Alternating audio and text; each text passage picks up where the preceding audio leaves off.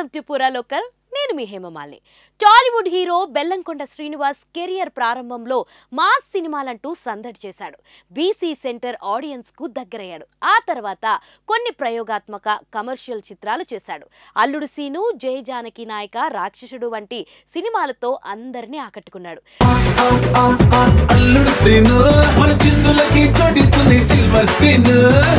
శ్రీనివాస్ హీరోగా ఎంట్రీ ఇచ్చి దశాబ్దమవుతుంది.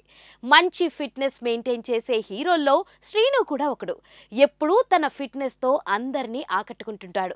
బెల్లంకొండ శ్రీనివాస్ హిందీ డబ్బింగ్ సినిమాలు యూట్యూబ్ లో, హిందీ ఛానల్లో ఎంతగా వైరల్ అవుతుంటాయో అందరికీ తెలిసిందే. కొన్ని వందల మిలియన్ వ్యూస్ తో బెల్లంకొండ శ్రీనివాస్ సినిమాలు యూట్యూబ్ లో దుమ్ము లేపుతుంటాయి.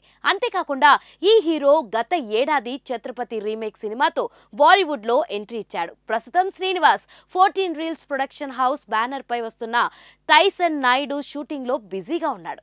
ఈ సినిమాకి సాగర్ కే చంద్ర దర్శకత్వం వహిస్తున్నాడు. ప్రస్తుతం షూటింగ్ జరుపుకుంటున్న ఈ సినిమా త్వరలో పూర్తి కానుంది.